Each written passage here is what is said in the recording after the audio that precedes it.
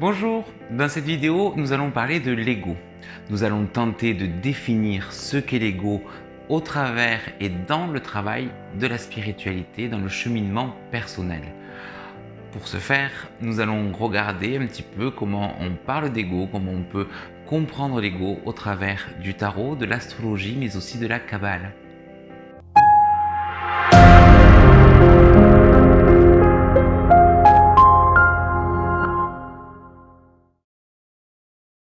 Si je voulais faire une vidéo sur l'ego, c'est que dans beaucoup de courants spirituels inspirés de la philosophie orientale et du bouddhisme, l'ego est quelque chose de négatif dont il faut se libérer et dont il faut se départir. Or, vous allez comprendre dans cette vidéo que je ne suis pas tout à fait d'accord avec ce principe et je pense que l'ego est quelque chose d'utile, voire même d'indispensable pour notre développement spirituel. Par contre, il faut que cet ego soit juste et bien positionné. C'est ce dont nous allons parler tout au long de la vidéo. Moi, j'aime bien parler d'ego en le comparant à un organe spirituel, un organe invisible, parce qu'évidemment, l'ego n'est pas palpable, mais il fait partie de notre être. On le verra tout à l'heure dans un schéma inspiré de l'arbre de vie de la Kabbale, l'arbre des séphirotes, où on voit que l'ego a une place et qui fait partie de qui nous sommes et de notre être. Alors évidemment, dans des sphères plutôt psychologiques, c'est pas un organe physique, mais si je le compare à un organe physique, c'est justement parce que je trouve que c'est un petit peu une bonne métaphore, un organe, je sais pas moi, le cœur, le foie, il faut qu'il fonctionne correctement. Et bien cet ego, il doit fonctionner correctement. Pour cela, l'organe il a une place évidemment, le cœur il est par exemple au milieu de la poitrine. Si on a le cœur qui est en bas des reins, c'est qu'on a un souci, qu'on ne va pas vivre longtemps. Mais l'ego c'est pareil, donc il faut d'abord qu'il soit à sa juste place. Ensuite, il a une fonction qui lui est propre. Et c'est ça qu'il va falloir aussi retrouver, on va en parler dans un instant. Comme je reprends l'exemple du cœur, le cœur, sa fonction c'est de pomper le sang, du coup l'ego a sa propre fonction à remplir et il ne doit pas en remplir une autre. Et on verra que c'est l'un des pièges de l'ego de lui faire remplir une fonction qu'il n'a pas. Et puis, comme tout organe, il faut qu'il soit, je dirais, bien proportionné. C'est-à-dire qu'il ne faut pas qu'il soit atrophié, c'est-à-dire trop petit. S'il est trop petit, ça va générer un manque de confiance en soi qui va conduire sur le chemin de la dépression, de la déprime et parfois même plus loin. Il ne faut pas non plus qu'il soit hypertrophié, c'est-à-dire qu'il ne faut pas non plus que cet ego soit disproportionné. S'il est trop grand, cet ego, ça va carrément nous aveugler et nous empêcher toute possibilité de développement. Ça va même nuire à notre entourage, à notre environnement. Nous le verrons dans un instant. Il y a également une autre comparaison très intéressante, une autre métaphore pour comprendre un petit peu cette notion d'ego et pourquoi il est indispensable. C'est-à-dire que l'une des fonctions principales de l'ego, c'est de nous permettre de nous centrer sur nous pour avoir conscience de nous. Et donc du coup, l'ego, c'est un petit peu la porte qu'il faut ouvrir et passer, c'est-à-dire qu'en fait il ne faut pas éliminer cet ego, il faut juste le dépasser. C'est une porte qu'il faut ouvrir et donc franchir, dépasser pour aller à la rencontre de soi, pour aller à la rencontre de son moi véritable. Et on va voir que l'ego c'est en fait un reflet de ce moi véritable. Et la métaphore, la voici, c'est en fait qu'on pourrait comparer l'ego à un miroir. C'est-à-dire que moi le matin, dans ma salle de bain, quand je veux me maquiller, pour pas faire n'importe quoi, pour pas me mettre partout, il faut bien que j'ai un miroir. Et c'est ce miroir qui va me montrer quels sont mes défauts à corriger, les imperfections à masquer, les choses comme ça. Et bien cet ego, il fonctionne comme le miroir du moi. Donc si je veux travailler sur mon moi, que je veux transformer ses défauts, les atténuer, ou ne serait-ce que déjà les voir, la première étape, c'est de les voir, ces défauts ou ces choses à régler. Il faut bien que j'ai cette image, ce miroir qui va m'indiquer où c'est que je dois travailler et ce que je dois faire. Donc, voilà comment on pourrait comparer les égos. Puis on va voir que cette notion de miroir, elle n'est pas évidente parce qu'il va falloir le définir. Qu'est-ce que c'est ce miroir, parce que comme c'est un organe, comme je disais tout à l'heure, un organe spirituel, donc pas tangible, c'est pas un miroir qui est tangible, c'est un miroir psychologique et spirituel aussi d'ailleurs. Et donc du coup, il va falloir aller chercher ça. Et puis on va voir que ce miroir nous renvoie peut-être pas forcément la bonne image. Ça peut être un miroir déformant. Il peut y avoir de la buée sur ce miroir, un peu comme le matin là, quand on sort de la douche et qu'il y a de la buée partout. Donc du coup, on n'arrive pas à se voir, on ne se voit pas comme on est, ou on ne se voit pas correctement. Donc on va voir que cet ego, ce miroir, il n'est pas aussi simple que le matin quand je me maquille dans ma salle de bain. C'est un miroir qui peut comporter plein de pièges.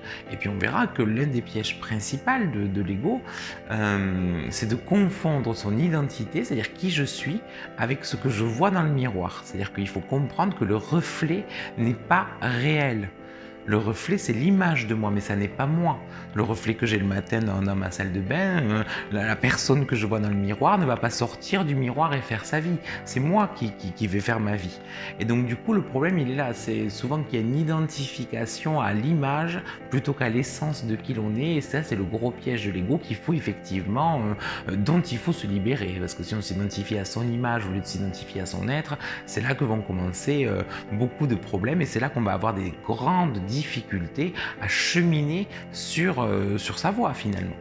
Alors vous commencez à comprendre pourquoi il est utile cet ego, c'est-à-dire que si je ne me recentre pas sur moi, si je ne m'estime pas important, si je n'ai pas conscience de moi, je ne peux rien faire.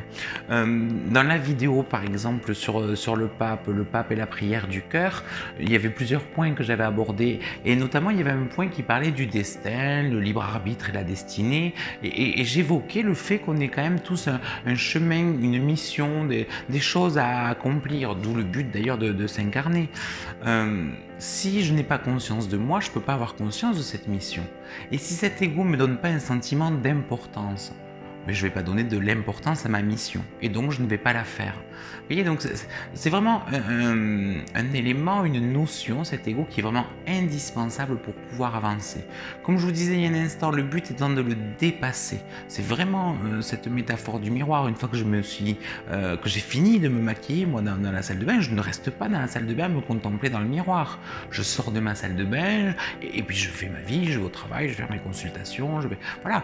Mais le problème c'est quand on est pris au piège de l'ego, c'est un peu le côté un petit peu la limite de Narcisse, c'est-à-dire qu'on se contemple et on est dans la contemplation de cette image au lieu de travailler sur soi et de cheminer et de vivre sa vraie vie.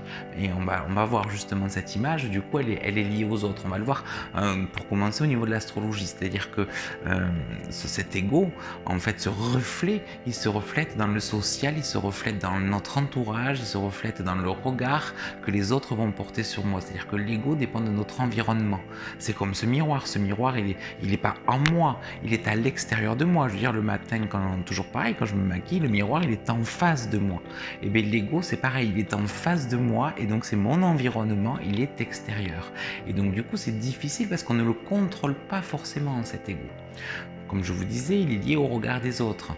Si les autres ont un regard péjoratif sur moi, c'est-à-dire que le reflet que je vais voir sera péjoratif. Et donc du coup, mon ego aura tendance à être faussé, atrophié, négatif, et pas la bonne image, voilà, il ne va pas renvoyer qui je suis vraiment, il va renvoyer le côté péjoratif que l'on m'a rendu. Alors que ça soit parce que je sais pas, dans l'enfance, j'ai pas été mise en valeur, ou j'ai un conjoint qui me fait beaucoup de reproches, ou peu importe, mais parce qu'on va voir que cet ego bouge en permanence, vu qu'il dépend des autres, il dépend de notre environnement bouge en permanence. Donc cette image, ce reflet bouge en permanence et notre ego, tout comme le rapport à notre ego, bouge en permanence.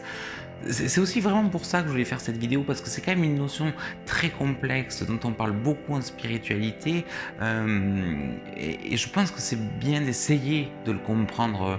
Enfin, il n'y a pas la prétention de le comprendre comme il faut, parce qu'il y a des philosophes et des psychologues qui s'y essayent depuis des décennies, donc on ne va pas le comprendre là forcément dans cette vidéo, mais on va essayer de s'en rapprocher, d'essayer de le ressentir, de le capter, parce que si vraiment on veut avancer dans la vie, il faut vraiment dépasser cet ego. Et il faut que cet ego soit un moteur, un propulseur et pas un frein ou pas un mur contre lequel on va venir se scratcher. Et malheureusement, c'est souvent le cas.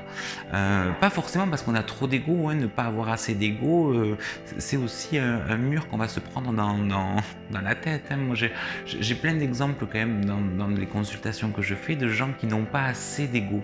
Et comme ils n'ont pas assez d'ego, ils n'arrivent à rien. En tout cas, ils n'arrivent à rien de ce qu'ils devraient accomplir dans leur existence. Et du coup, vu qu'ils n'avancent pas ou qu'ils n'avancent pas dans la bonne direction parce que leur ego est insuffisant pour les propulser, ils vont se prendre des murs et ils vont se prendre des obstacles qu'ils ne devraient pas vivre. Alors évidemment, quand on a trop d'ego, on l'imagine plus facilement parce que de suite, quand on parle de l'ego, on pense à des gens qui se la pètent, hein, qui ont cet ego démesuré. Évidemment que cela se prenne des murs, on le voit tous les jours, mais on oublie aussi de parler des gens qui n'ont pas assez d'ego. Et finalement, enfin moi, je trouve que dans les consultations que je fais, je trouve plus des gens qui n'ont pas assez d'ego et donc pas assez de confiance en eux, pas assez de conscience d'eux-mêmes, plutôt que des gens qui sont dans la surestime. On a tendance de toute manière naturellement, par notre culture, par notre éducation, par notre mental, on a tendance à le castrer, à le casser, à vouloir diminuer à tout prix cet ego. Quelqu'un qui a un ego même bien positionné, souvent va se prendre quand même beaucoup de critiques. Et ces critiques vont faire d'ailleurs que son ego va diminuer. Parce qu'encore une fois, ça bouge tout le temps. Donc c'est vraiment une notion complexe, émouvante et impalpable. Alors je vous rassure, hein, moi la première, mais personne n'arrive à avoir un ego parfaitement positionné. Enfin si, peut-être des grands sages, mais enfin sinon c'est très difficile d'avoir son ego parfaitement positionné. On a des jours avec, des moments avec, et puis des moments sans. Il y a des moments où cet ego prend trop de dessus, on pourrait même dire qu'il a trop d'appétit et qu'il a besoin d'être nourri et qu'il va nous piloter alors que ça devrait être notre moi qui nous pilote. Et puis il y a des moments où il ne sera pas là, pas suffisant, et on va se démotiver et on ne va pas accomplir les tâches, les missions, les défis, le positionnement qu'on devait accomplir. Donc c'est pour tout le monde, on ne peut pas avoir un ego juste à aligner en permanence. Enfin, moi je n'ai pas rencontré de gens qui avaient cet ego-là. On a tous des failles vis-à-vis de ça. C'est pour ça que je trouvais que c'était important d'en parler, de pouvoir en discuter. Alors justement, pour mieux comprendre, pour mieux illustrer ce que je vous dis, parce que bien sûr tout ça, ça sort enfin pas que de ma tête, il y a plein d'autres personnes qui pensent comme moi, mais tout le monde ne pense pas comme moi. Les déductions que j'ai fait sur cet ego, je les ai fait à partir de ce que je connais, c'est-à-dire les disciplines spirituelles telles que le tarot, l'astro, puis on va voir tout à l'heure, je vous montrerai, c'est un petit peu technique, mais je vous expliquerai un petit truc avec l'arbre des séphirotes ou l'arbre de la Kabbale. On va commencer par l'astro. En astrologie, la notion d'ego va être rattachée au signe, enfin à l'élément du feu et donc au signe de feu. Les signes de feu, c'est le bélier, c'est le lion et c'est le sagittaire.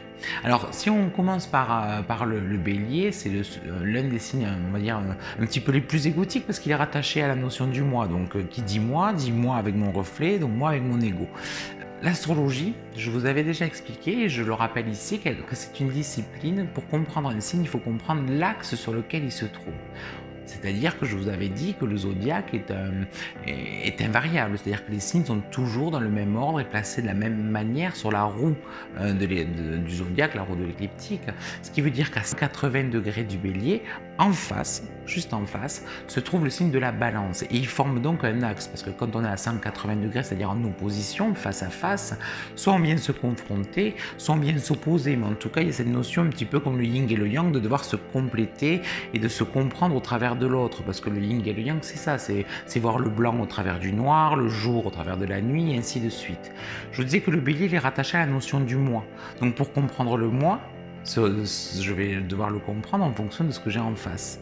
Et en face, j'ai la balance qui est le signe du social, qui est le signe des autres, qui est le signe de l'apparence physique, qui est le signe de l'image en fait. Le bélier, c'est un peu moi, mon être, le qui je suis. C'est pour ça qu'on dit que le bélier, des fois, il est un petit peu cash et qu'il ne prend pas de gants. Alors que la balance, c'est plutôt les autres, le fait de plaire aux autres, de faire plaisir à l'autre. C'est pour ça qu'on dit qu'elle est très diplomate. Et donc déjà, rien qu'en regardant ce premier axe astrologique bélier-balance, on voit bien que le moi dépend vraiment de ce que les autres vont m'amener, comment je vais me confronter aux autres ou me compléter par le regard des autres ou le regard de la société, parce que la balance c'est aussi le signe du social. Donc du coup c'est vrai que notre ego est alimenté par l'image que les autres vont me renvoyer. Évidemment, si on me fait que des compliments toute la journée, ça va nourrir mon ego, ça va lui faire du bien. Au contraire, si je n'ai que des critiques ou que des reproches, mon ego va diminuer. C'est-à-dire mon ego, on rappelle que c'est la vision de mon moi. C'est-à-dire que les autres m'aident à me définir, à prendre conscience de qui je suis. C'est-à-dire que si tout le monde me dit « Oh, t'es sympa, t'es sympa, t'es sympa », au bout d'un moment, je vais me définir comme quelqu'un de sympa. Si tout le monde me dit « Oh, t'es nul, t'es nul, t'es nul », au bout d'un moment, je me définis comme quelqu'un de nul. Alors évidemment, les premiers autres, entre guillemets, auxquels on se confronte dans la vie, c'est nos parents. Donc les mots, l'image de nous que nous renvoient nos parents est fondamentale, mais ça va nous suivre tout au long de la vie. Après, on va rencontrer des amis, on va avoir des professeurs, on va avoir des copains, on va avoir des collègues, on va avoir des compagnons ou des compagnes, on va avoir des amis. Tous les gens de notre entourage vont participer à faire bouger cette image que j'ai de moi. Donc c'est en ça déjà le premier piège. Du coup, le piège, c'est d'être à la recherche perpétuelle d'une reconnaissance de l'autre, c'est-à-dire d'avoir une image positive de l'autre en s'oubliant. C'est-à-dire qu'à un moment donné, comme tout à l'heure je vous disais, le miroir c'est un ustensile, un outil qui me permet de travailler sur moi. Une fois que j'ai vu ce que j'avais à corriger, tout ça, c'est à moi de m'en détacher, de sortir de cette salle de bain, c'est ce que je vous disais tout à l'heure. Et donc là c'est pareil, c'est-à-dire que les autres me renvoient une image et moi je vais devoir faire preuve de détachement vis-à-vis de cette image. Et donc du coup c'est là que c'est difficile parce que souvent on est dans cette séduction, on veut essayer de plaire, on veut essayer que les autres nous renvoient une image positive. Il y a aussi des fois la volonté de donner une image pour exprimer notre moi, c'est-à-dire que c'est pas évident, c'est un petit peu cette histoire de l'image est un petit peu intéressante, c'est un petit peu comme je sais pas moi, vous rencontrez quelqu'un je sais pas moi sur un site de rencontre, le premier truc c'est vous envoyez votre photo dit qui vous êtes, c'est-à-dire que votre image dit qui vous êtes. Pour ça qu'il y a vraiment cette difficulté à différencier l'image de la réalité, c'est-à-dire l'ego du moi. Et donc du coup, il y a ce travail-là à faire, c'est-à-dire que je me présente avec une image et on me renvoie une image et tout ça est en perpétuel mouvement et je vous dis, on le retrouve vraiment bien sur cet axe bélier-balance qu'on pourrait dire, qu'on pourrait résumer en être et paraître en fait, c'est un petit peu l'idée. Et on est les deux, enfin on est les deux. Encore une fois, l'ego, c'est un organe, donc il fait partie de nous, on ne peut pas l'enlever cette image, on est aussi l'image que l'on montre. On n'est pas que cela, bien sûr, il y a aussi notre moi profond, ce qui est notre quête, vers qui on doit aller, c'est ce qu'on doit comprendre, notre moi profond. Alors, si cet axe bélier-balance nous montre que l'ego va dépendre de l'image que les autres me renvoient, on va voir que les autres signes de feu viennent compléter encore un petit peu plus l'importance de notre environnement pour alimenter, pour comprendre cette image de soi. Qui, je le rappelle, n'est encore qu'une image. L'ego, c'est toujours qu'une image. L'axe Sagittaire, donc signe de feu, qui lui va se retrouver en face des Gémeaux. Le Gémeaux, c'est le verbe de la communication. Donc il y a l'image, la vue finalement, mais il y a également le son, le son, c'est-à-dire les paroles que l'on entend, les échanges que l'on fait avec les gens, échanges verbal, échange physique, échange émotionnel, qui évidemment contribue à alimenter ou pas mon ego. Si tout le monde me sourit, si tout le monde est agréable avec moi, bien évidemment cet ego va s'en nourrir de ce côté positif. Si tout le monde m'envoie bouler, si personne ne me parle, si personne ne vient vers moi ou échange avec moi, bien cet ego va être en souffrance. Donc on a cette notion-là aussi. Et puis on a l'axe Lion-Verseau. Dans cet axe Lion-Verseau, donc le Lion signe de feu se retrouve en face du Verseau. Le Verseau, c'est l'humanité, c'est la fraternité, mais c'est aussi les nouvelles technologies. Et donc dans le Verseau, moi j'y colle tout ce qui va être Internet. Et en particulier les réseaux sociaux. Les réseaux sociaux, c'est un piège à ego, parce qu'on va vraiment s'identifier à cette image-là qui va se manifester. Alors évidemment, bon, mais oui, sur Facebook ou je sais pas quoi, enfin moi je suis pas experte non plus, mais enfin sur ces réseaux sociaux, on essaye de mettre une photo de profil plus ou moins agréable, on attend à ce que l'on partage, ce que l'on dit, ce que l'on extériorise sur ces réseaux sociaux soit reconnu, soit aimé, soit liké, pour alimenter notre ego. C'est-à-dire que l'image virtuelle, c'est vraiment un piège parce que en fait ça serait le reflet du reflet. C'est-à-dire que j'ai mon moi véritable, qui est encore une fois le vrai but qu'il faut que j'aille chercher. Bon, pour comprendre ce moi véritable, il m'en faut bien une projection, parce que sinon je ne sais pas, je n'en ai pas conscience et je ne peux pas le voir. Bon. Cette projection, c'est ce reflet dans le miroir. Et ce reflet dans le miroir peut encore se refléter virtuellement au niveau des réseaux sociaux, au niveau de notre vie virtuelle. Alors je ne vous dis pas, on commence vraiment sérieusement à s'éloigner de qui on est véritablement. Alors déjà, on avait le piège de pouvoir s'identifier au reflet dans le miroir, mais si en plus on s'identifie au reflet du reflet, on peut vraiment tomber dans... Enfin, on peut vraiment s'éloigner de soi. Il y a plein d'images comme ça qui montrent d'ailleurs ce décalage entre le moi et l'image que l'on va véhiculer sur internet, où on voit par exemple, je sais pas moi, une personne toute triste et puis quand elle se prend en photo, elle a un grand sourire mais qui n'est pas du tout le reflet de qui elle est, de son état. Et on voit bien d'ailleurs que si elle est triste, c'est parce que son ego est en souffrance. Alors, un exemple pour essayer de comprendre à quel point l'image des réseaux sociaux est déformée. Si l'ego, c'est une image de mon moi véritable et que je veux donner une métaphore, c'est comme, bon voilà, moi c'est mon moi véritable, paf, clac, je prends une photo de moi, c'est une image, c'est mon ego. Et cette photo, je vais la placer en photo de profil sur je sais pas quoi, là, sur Facebook, et je vais y rajouter des filtres parce que du coup, cette photo, je m'y trouve pas très jolie dessus. Je vais mettre un filtre qui enlève les sternes, qui tire la peau, une lumière, machin noir et blanc, pour avoir un truc un petit peu artistique, une image positive ou que j'estime positive de moi. Et c'est cette photo-là que je vais mettre, que je vais envoyer sur les réseaux sociaux. Et donc, du coup, je vais avoir un retour, alors les likes, les pouces, les machins, sur cette photo, qui n'est même pas exactement mon ego, c'est-à-dire mon reflet, la photo initiale, et encore moins qui je suis moi. Donc le piège il est là, c'est-à-dire que si on va chercher la reconnaissance sur les réseaux sociaux pour alimenter notre ego et pour alimenter cette estime de soi, ça va être compliqué parce que quand on va se re-regarder dans le miroir et plus dans cette photo trafiquée, ce miroir ne suffira plus à combler notre ego. Et notre ego va se sentir toujours... il faut le voir vraiment comme une bête qui a toujours faim, cet ego. Il a besoin d'être nourri. Mais comme n'importe quel organe, je vous disais, c'est pour ça que je le compare à un organe spirituel. Pour fonctionner, ils ont besoin de carburant, ces organes. Et bien c'est pareil, l'ego, il a besoin d'un carburant, donc il est toujours en demande de quelque chose, cet ego. C'est là aussi un piège, c'est-à-dire que si on nourrit, c'est comme nous, hein, si on mange trop, on grossit. Donc si on nourrit trop son ego, eh bien, il grossit. Si on le nourrit mal, eh bien, il tombe malade. Alors si on le nourrit avec la vision des autres sur les réseaux sociaux plutôt que sur l'image, ce qui est déjà difficile en plus parce qu'il faut déjà le retravailler, on le nourrit mal et puis il ne va pas bien cet ego. Et donc du coup, s'il ne va pas bien, mais j'ai une mauvaise conscience de moi, une conscience erronée. Alors, on peut aussi voir cette notion de miroir au travers du tarot. Moi, il y a un truc que je trouve rigolo dans le tarot, c'est dans la paire du battleur et du monde.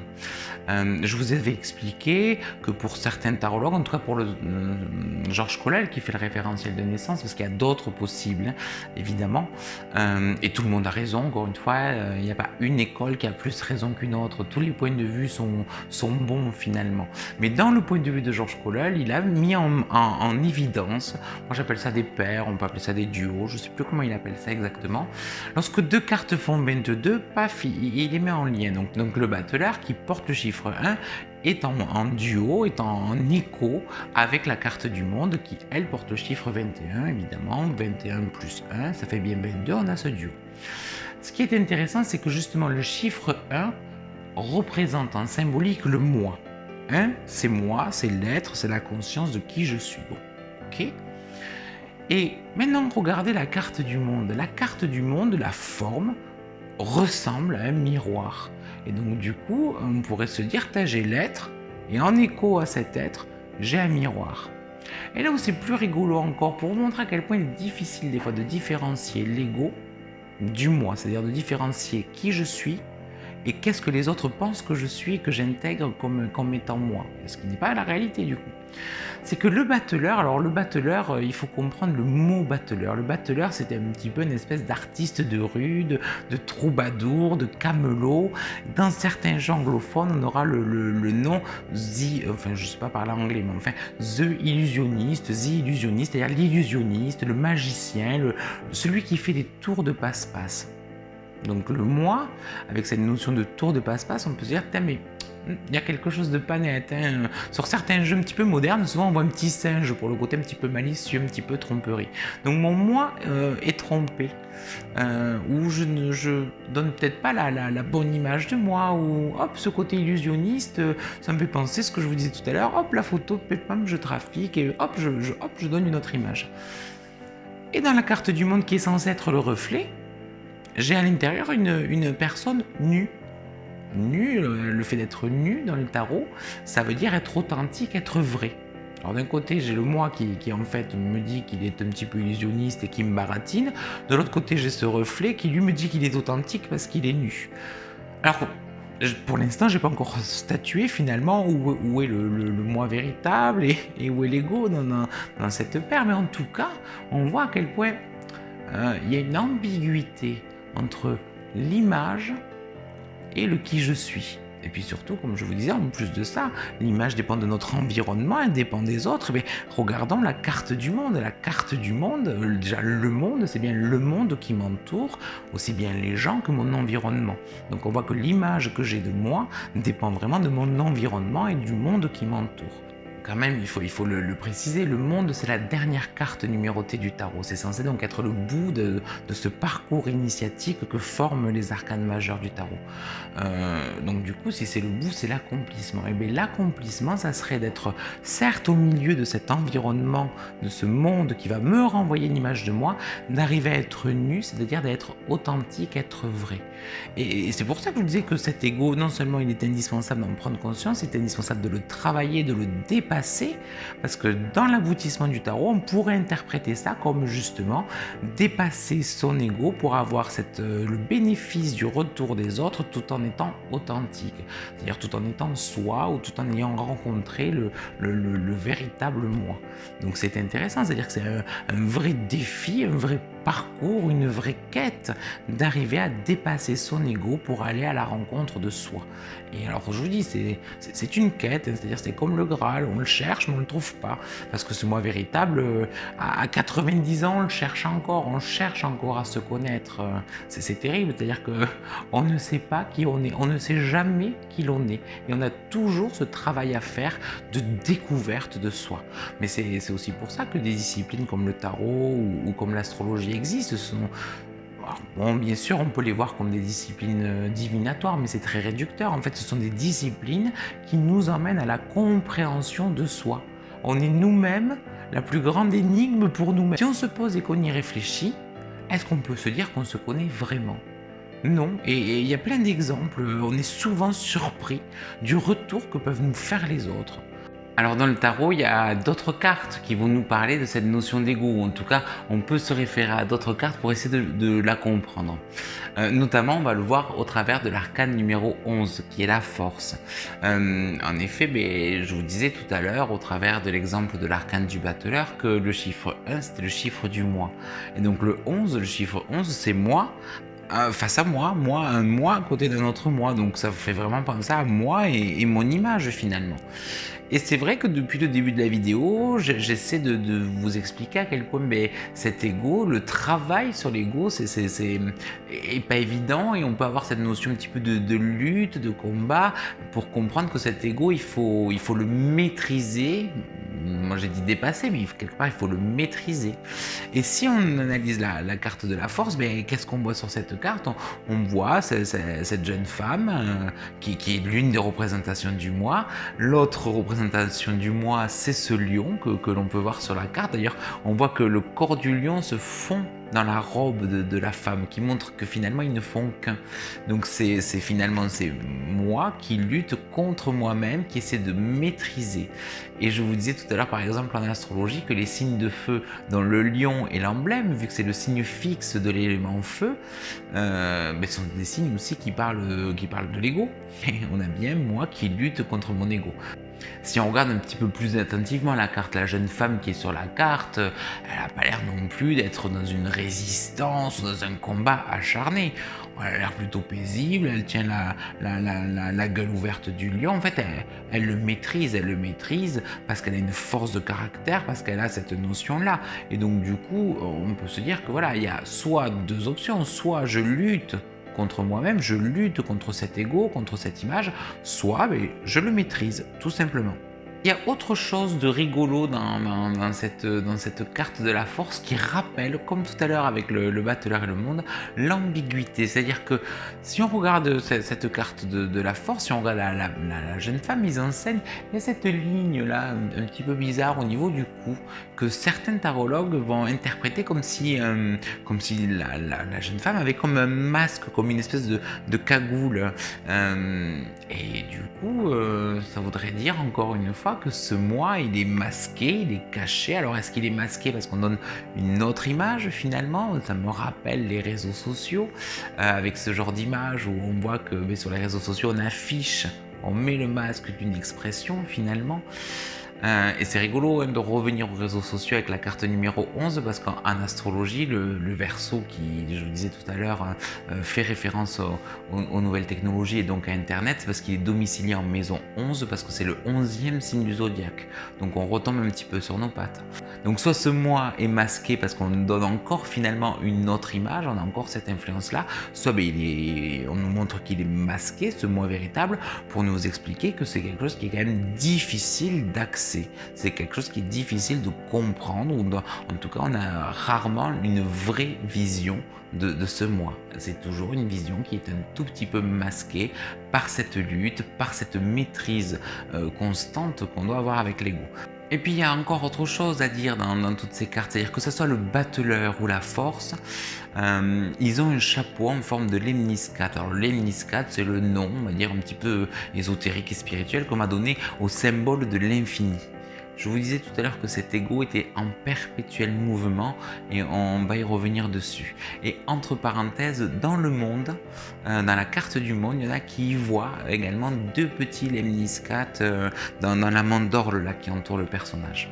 Alors des cartes de tarot qui nous parlent de cet ego, il y en a plusieurs. Pour vous dire encore une fois l'insistance, l'importance de travailler sur son ego. On ne peut pas ignorer ce travail à faire. On peut parler du diable. Le diable est une carte qui peut représenter l'ego, le fait de vouloir se mettre sur un piédestal. Alors c'est souvent un excès d'ego, donc un ego surdimensionné, à voir quand même sa position dans un tirage. C'est-à-dire que quand le diable arrive dans un tirage mais inversé, moi je sais que dans mes consultations, je prends en compte quand les cartes sont à l'endroit, c'est-à-dire dans mon sens de lecture, ou à l'envers, dans le sens inverse. À l'endroit, j'ai un ego surestimé, surdéveloppé, et en dessous, je peux avoir un ego sous-développé. Bon, peu importe, en tout cas, le diable nous parle de l'ego, de cet ego qu'on a tendance à mettre sur un piédestal, parce qu'effectivement, c'est plus facile de, entre guillemets, de glorifier ou d'idéaliser une image de nous que l'on peut trafiquer, que l'on peut arranger, que l'on peut façonner, que de façonner ou que de glorifier notre être, notre moi véritable. Je vous dis, souvent on a peu de confiance en soi, le manque de confiance en moi. On ne dit pas j'ai un manque de confiance en mon ego, on dit j'ai un manque de confiance en moi. Donc on voit la difficulté. Et puis c'est intéressant que ce soit la carte du diable parce que ça montre bien que cet ego a été diabolisé. Notre culture judéo-chrétienne, mais les religions dans son ensemble ont diabolisé l'ego. Soit parce que par exemple dans la religion catholique elle prône l'altruisme, donc on met à l'opposition de l'égoïsme lequel est alimenté par un ego surdéveloppé, soit par rapport à des philosophies ou des religions orientales qui mettent en avant les pièges de l'ego et la souffrance qui en découle. Je vous renvoie à la carte de la force. La carte de la force, il y a une souffrance. Enfin, si la bonne femme lâche prise, le lion la bouffe. Enfin, donc c'est pas un moment très agréable. Donc du coup, on voit toujours le côté délicat de cet ego. Et le diable, c'est très intéressant également comme carte parce que le diable, c'est un tentateur, c'est un arnaqueur qui a pour but de nous faire signer des contrats pour vendre notre âme. Notre âme, on peut le comprendre, notre moi en fait, comme si on vendait notre moi au rabais au profit de cet ego, au profit de ce diable. Donc il y a quand même un côté intéressant là aussi. Pas sans rappeler le battleur qui finalement pouvait être compris. Ça ne veut pas dire que c'est toujours le cas. Encore une fois, le tarot et chaque arcane propose plusieurs niveaux de lecture. Mais le battleur pouvait être compris un petit peu comme un arnaqueur, un peu là comme ces camelots qui font des petits jeux, des petits jeux de foire où ils nous entubent finalement. Et le diable, c'est un petit peu pareil, dans des proportions plus importantes parce que dans le battleur, il y a un côté enfant qui montre que c'est pas un ego en plus surdéveloppé. Dans le diable, l'ego est surdéveloppé. Et puis c'est intéressant parce que la carte qui suit l'arcane du diable, c'est l'arcane de la maison Dieu. Et la maison de Dieu, c'est une métaphore de notre ego. Alors sur cette carte à la maison de Dieu, on voit deux personnages qui tombent de cette tour qui est foudroyée. Et on dit qu'il y en a un qui est l'architecte, l'autre le roi. Donc l'architecte, ça correspond à notre mental. Donc c'est un autre sujet. Et le roi, ça correspond à notre ego. Et donc cet ego et ce mental doivent tomber. Et cette tour, du coup, en fait, c'est une question de niveau. C'est-à-dire que quand elle est trop haute, donc quand notre ego est surdimensionné, il nous tombe sur la trombine, il nous tombe cette foudre qui vient hop nous calmer. Ce que je vous disais tout à l'heure, quand on a un ego surdéveloppé, on va au-devant de problèmes. Mais si on est en dessous, si on a un ego trop bas, si on n'arrive pas à ériger cette tour, on reste bloqué avec une porte fermée, c'est-à-dire qu'on se ferme. Or, il faut être au bon niveau. Le bon niveau, c'est celui des fenêtres. En plus, on dirait des yeux avec un troisième œil. Donc, c'est-à-dire qu'avoir un ego à son juste niveau nous permet de modifier notre vision, nous permet d'ouvrir notre vision sur soi-même évidemment, mais peut-être aussi sur d'autres choses finalement. On va en reparler de cette vision dans un instant. C'est intéressant également de parler de vision parce que tout à l'heure je vous ai parlé de l'arcane 11, l'arcane de la force. Bon. Dans les jeux américains, dans beaucoup d'autres jeux, l'arcane 11, c'est pas la force, c'est la justice. Dans les jeux anglophones, il y a souvent une inversion entre l'arcane 8 et l'arcane 11. C'est-à-dire que nous, dans notre tarot de Marseille, l'arcane 8, c'est l'arcane de la justice et l'arcane 11, c'est la carte de la force. Et dans des jeux anglophones, c'est inversé. C'est-à-dire que la force porte le numéro 8, la justice porte le numéro 11. Et la justice, c'est la première carte qui nous regarde face, entièrement. Donc ça montre bien qu'on parle de vision, de se voir. Et puis cette justice, elle porte une balance, elle tient dans ses mains une balance, qui n'est pas sans rappeler évidemment le signe astrologique de la balance, laquelle se définit par le social, les autres, le plaire à l'autre, l'apparence, l'image. Donc on retombe encore une fois, vous voyez. Donc il y a plusieurs pistes dans le tarot, dans l'astro et dans la spiritualité pour nous aider à comprendre cet ego. Parce que je vous dis, il est vital de le maîtriser, cet ego. Il est vital qu'il soit juste. Il est vital qu'on le maîtrise, il est vital qu'on le dépasse. Si on l'ignore, on n'arrive pas à soi. Si on reste dedans, si on se fait piéger dans cet ego, on n'arrive pas à soi. Et donc du coup, encore une fois, arriver à soi, c'est la quête ultime de tout un chacun. Après, bien sûr, on n'a pas, encore une fois, on n'a pas la prétention, enfin, j'ai pas la prétention de vous donner la définition exacte de l'ego et de comment il faut le travailler, parce que je pense que voilà, comme je vous disais, des philosophes, des psychothérapeutes, des psychologues, enfin beaucoup de monde essaye de définir l'ego. On n'a toujours pas une définition précise de l'ego. Donc cette vidéo n'a pas pour prétention de dire l'ego c'est ça et ça marche comme ça. Elle a pour prétention de nous faire réfléchir au travers de parallèles, au travers de symbolismes et de rapprochements sur ce qu'est l'ego, l'importance que c'est, parce que si vraiment vous commencez à vous cheminer en spiritualité, mais vous allez en entendre parler. On va vous en parler de cet ego, à travailler, à positionner. C'est quelque chose qui est incontournable. Je vais vous parler de vision. Alors on va voir, mais pas tout à fait de suite, mais on va voir que la vision, le sens de la vue physique, mais du coup même le sens de la vue métaphorique, est lié à la lumière. C'est-à-dire que si on voit, si notre œil voit, notre œil physique, s'il voit des images, c'est parce que la lumière traverse la rétine. Je ne sais pas trop comment ça fonctionne, mais en fait, la lumière rentre dans l'œil et reflète une image que notre nerf optique envoie à notre cerveau. Donc c'est comme ça que l'on voit.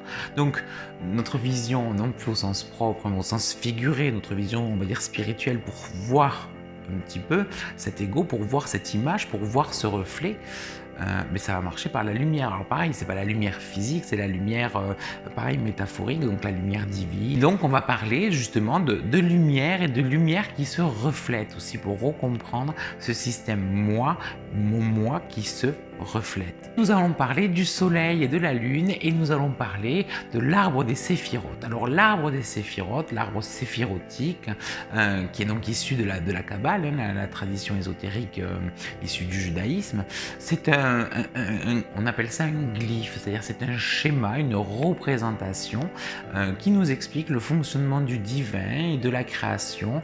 C'est un petit peu, moi je le considère, cet arbre, on l'appelle aussi arbre de vie, moi je considère un petit peu cet arbre de vie comme un peu l'ADN de tout ce qui est, un petit peu comment ça fonctionne, l'ADN de la création, l'ADN de Dieu, l'ADN de l'univers, l'ADN de l'être humain. Et donc beaucoup de gens transposent ce schéma de base de l'arbre de vie à plusieurs choses. Sachant que aucune vérité n'est absolue, l'arbre de vie ne l'est pas non plus, et donc on peut le modifier, on peut l'interpréter, on peut faire plusieurs choses à partir de cet arbre de vie, et souvent on peut le déployer, cet arbre de vie, et donc du coup ça nous donne des schémas intéressants. Alors je peux pas rentrer dans les détails parce que sinon c'est plus une vidéo qu'on fait, on fait un séminaire, mais enfin je vous ai sélectionné ce schéma, alors qui est en anglais, mais on va l'approcher ensemble.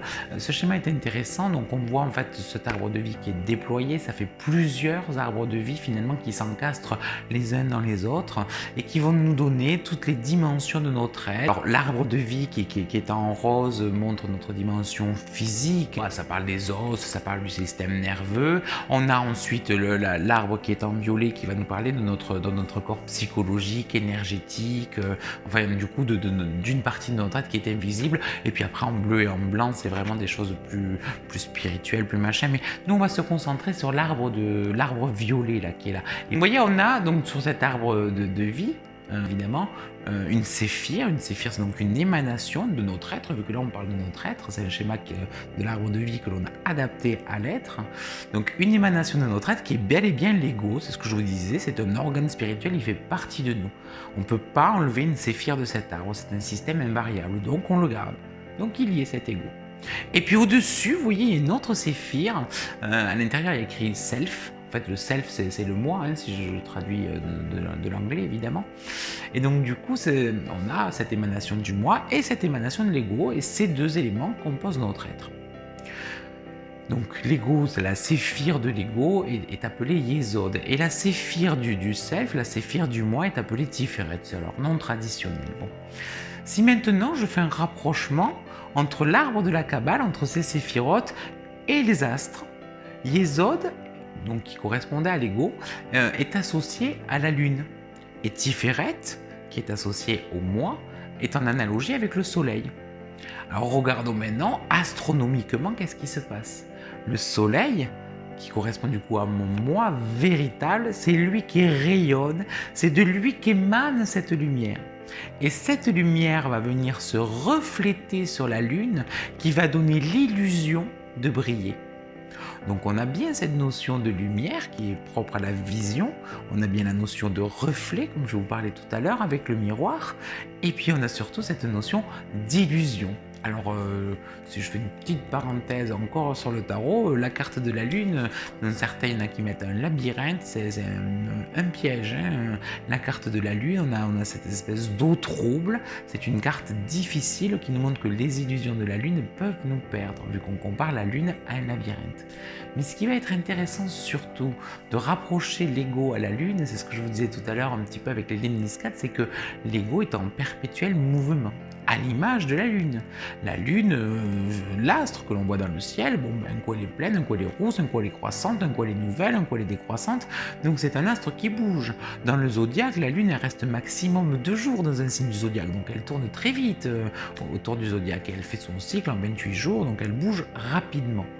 Et donc si la lune est une métaphore, est une comparaison que l'on peut associer à l'ego, mais notre ego bouge tout autant. Mais ce qui est normal, parce que cet ego, on a dit qu'il dépendait de notre environnement. Je vais voir mes parents qui me disent que ce que je fais c'est super, c'est bien, mais mon ego, paf, il se gonfle, il est content. Je vais voir quelqu'un qui me plombe, qui me descend ou qui me critique, et bien paf, mon ego va diminuer. Et donc du coup, voilà, il change tout le temps, il est en perpétuel mouvement. La chose intéressante aussi à mettre en lien entre l'ego et la carte de la lune, ou même l'astre de la lune, c'est qu'en astrologie par exemple, on peut rassocier la lune au cancer ou à la maison 4. Il y a une analogie en fait entre corps céleste, signe et maison. Et souvent moi je fais un raccourci par le signe, normalement il faudrait que je détaille plus, mais c'est aussi pour vulgariser un petit peu mon propos. Mais en tout cas, l'item lune, cancer, maison 4, c'est dans l'astro-anatomie, c'est l'estomac. Donc il y a des choses à digérer évidemment sur l'ego, c'est la manière dont on digère notre environnement extérieur. Mais je me dis, enfin je vous disais tout à l'heure que l'ego finalement c'est un organe gourmand. C'est-à-dire qu'il a besoin d'être alimenté, cet ego. Si on n'alimente pas l'ego, il diminue, il périclite. Donc du coup, on est sans cesse obligé de l'alimenter. C'est pour ça que l'on a besoin d'embellir l'image que l'on voit. C'est pour nourrir notre ego. Et c'est que la Lune, elle est aussi associée à une notion un petit peu de beauté, de sublime, de romantisme, de lune de miel. Et donc on va chercher toujours à embellir l'image que les autres vont nous renvoyer. Parce que effectivement, le but, quand on se regarde dans le miroir, par exemple, pour se préparer le matin, c'est pas de s'enlaidir, c'est de s'embellir. Si on voit une défaut, si j'ai un gros bouton, je vais essayer de le masquer. Si je suis coiffé comme un as de pique, je vais essayer de me brocher. Ça veut pas dire qu'on y arrive tout le temps, mais en fait, ça veut dire qu'on va essayer. On va essayer de s'embellir, ou en tout cas de retrouver la beauté. Et ce qui est intéressant encore, on peut faire un rapprochement, c'est que la Séphire Tiferet, celle du moi véritable, celle qui correspond au soleil, se traduit, parce que Tiferet c'est son nom d'origine, son nom hébreu, on pourrait dire ça comme ça. Si je la traduis en français, si vous téléchargez, si vous tapez sur Google, arbre des séphirotes, et que vous avez le nom des séphirs français, ça s'appelle la beauté. Donc du coup, en fait, si on cherche à embellir notre image, si on cherche à embellir notre ego, c'est qu'inconsciemment, c'est que notre moi est beau. Sauf que là où est le piège de l'ego, c'est qu'on oublie souvent de prendre conscience à quel point on est beau à l'intérieur et on se concentre sur cette beauté de l'image, mais qui est une beauté illusoire. Le travail spirituel, c'est de voir la beauté de qui on est à l'intérieur. Et c'est marrant parce que j'en parlais, je crois, ce matin ou hier, je ne sais plus, avec une consultante où on parlait des contacts que l'on peut avoir avec cet invisible. Et je lui disais, moi, dans les contacts que j'ai pu avoir avec l'invisible, j'ai toujours vu que du beau. Mais du beau qui est d'ailleurs pas descriptible, je pense, mais il y a vraiment quelque chose de beau dans l'âme humaine, que ce soit dans l'énergie de l'amour universel, que ça soit dans...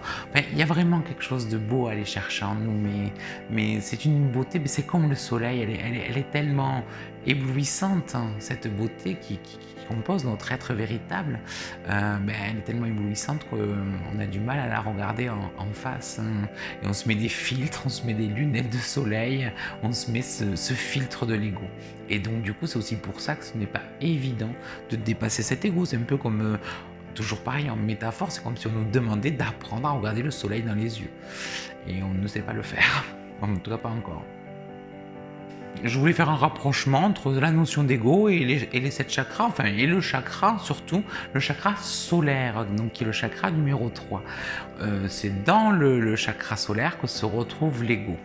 Le chakra solaire, justement, c'est celui qui gère notre interaction, notre positionnement avec les autres.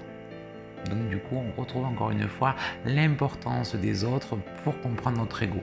C'est marrant parce que l'être humain a besoin des autres. C'est vital, hein, on ne peut pas vivre seul, c'est impossible, on a besoin de vivre en société. L'être humain est un animal communautaire, mais avec tout ce qu'on vient de dire, on comprend pourquoi. C'est-à-dire que s'il n'a pas un entourage, s'il ne vit pas en société, en communauté, il ne peut pas avoir conscience de qui il est. Parce qu'il a besoin de cette communauté pour avoir ce prisme de l'image, ce prisme de l'ego qui lui permet d'ouvrir les portes de qui il est. Donc c'est marrant. Voilà. Et donc vous savez que les chakras doivent être toujours équilibrés. Donc on ne nous demande pas de supprimer notre ego. On ne nous demande pas non plus de le suralimenter pour avoir une confiance en soi de malade. On nous demande juste de l'équilibrer. Et puis les chakras, moi je trouve que dans nos chakras, l'énergie elle circule. Et bien notre ego, voilà, ça doit être une porte ouverte qui permet de laisser circuler l'énergie, qui permet de laisser circuler notre conscience pour qu'elle chemine et qu'elle navigue. Et au-dessus du chakra solaire, il y a le chakra du cœur, c'est-à-dire que, alors le cœur qui est associé d'ailleurs à la Séphire Tiferet, le chakra du cœur qui est associé à l'amour christique, à l'amour universel, enfin on retrouve plein de choses, mais c'est-à-dire que le positionnement de notre ego, le positionnement par rapport aux autres nous ouvre les portes du chakra du cœur ou de cet amour universel. et de cette conscience de soi aussi, parce que le chakra du cœur a toujours, enfin tous les chakras ont deux facettes, mais le chakra du cœur, elles sont très prononcées. On a l'amour universel, c'est-à-dire l'amour des autres, et l'amour universel également l'amour de soi. Et donc on a bien cette notion de ouvrir les portes de l'ego pour aller s'aimer, mais s'aimer soi. Le chakra du cœur, il n'est pas prétentieux, il n'est pas pompeux, il n'est pas dans un manque de confiance. Un chakra du cœur équilibré, c'est on s'aime tel que l'on est, on aime les autres tels qu'ils sont, on aime ce qui est. On n'a pas besoin d'image, on n'a plus besoin d'image quand on a dépassé cet ego. Parce que du coup, on n'a plus besoin de ces lunettes de soleil que je vous disais tout à l'heure, on voit les choses telles qu'elles sont, sous la bonne lumière, et on n'est plus ébloui ou aveuglé ou dérangé par cette lumière. Donc, travailler sur son ego, réellement y arriver, vraiment c'est beau. Comme je vous disais, comme l'ego bouge tout le temps, ben, on y arrive par fraction. Il y a des moments où on arrive à dépasser cet ego. C'est comme ça qu'on peut pardonner, c'est comme ça qu'on peut aimer, c'est comme ça qu'on peut se comprendre et se connaître. Et puis ça ne dure pas. Cet ego va reprendre le dessus, il va être soit de nouveau trop gros, soit de nouveau trop petit, soit vouloir remplir d'autres fonctions qui ne sont pas les siennes, comme la notion du narcissisme. Et puis on va le retravailler, on va le recorriger, puis à nouveau on pourra repardonner, re-aimer et tout ça. Donc voilà, il ne faut pas s'alarmer d'avoir de temps en temps des problèmes, un travail à faire sur son ego. C'est parfaitement normal. Le travail de l'ego qui conduit au pardon, qui conduit à l'amour est un travail difficile, un travail qui revient par cycle, hein, vraiment. Donc, ceux qui ont déjà essayé de pardonner vraiment avec le cœur, on sait à quel point c'est difficile et à quel point il faut renoncer à son ego. Hein. C'est compliqué, hein, parce que cet ego, quand même, il tient sa place. Et c'est un petit peu comme s'il était frustré d'être qu'une image. Il voudrait être plus que ça, il voudrait être une réalité. Donc, du coup, il va lutter pour exister, cet ego. Hein. Donc, on ne le dépasse pas, on ne le maîtrise pas comme ça. Je vous disais, on le compare à un lion. Moi, demain, j'ai un lion qui m'arrive, je ne le maîtrise pas de suite. Je ne suis pas dresseuse de lion. Ce n'est pas simple. Voilà ce que je voulais vous dire au sujet de l'ego sur cette vidéo, ce que je voulais que vous compreniez. L'ego est un organe spirituel, une image de notre moi indispensable pour travailler, prendre conscience de qui l'on est, de notre mission de vie et de notre importance. Parce que si on s'incarne, si on a une mission, c'est qu'elle est importante et qu'il nous faut la réaliser. L'ego, c'est aussi une bête, on va dire ça comme ça, difficile à maîtriser, un lion sauvage qu'il va falloir dompter pour ne pas se faire manger, mais aussi pour qu'il nous donne une énergie. Donc il ne faudra qu'il soit ni trop haut, ni trop bas et qu'il remplisse ses bonnes fonctions. L'ego est donc quelque chose à maîtriser et à dépasser pour aller à la rencontre de son être intérieur et profiter de toute la beauté de qui on est, nous, l'être humain. Merci d'avoir regardé cette vidéo, j'espère que son contenu vous a plu. Vous pouvez me poser vos questions, m'envoyer vos commentaires ou débattre sur certains points de cette vidéo en m'envoyant un mail car les commentaires sont désactivés sur YouTube. Donc il vous suffit de m'envoyer un mail à l'adresse suivante lea.tarologie@gmail.com. Vous pouvez également visiter mon site internet www.leatarologie.com et puis n'hésitez pas à liker ou à vous abonner à la chaîne. À bientôt.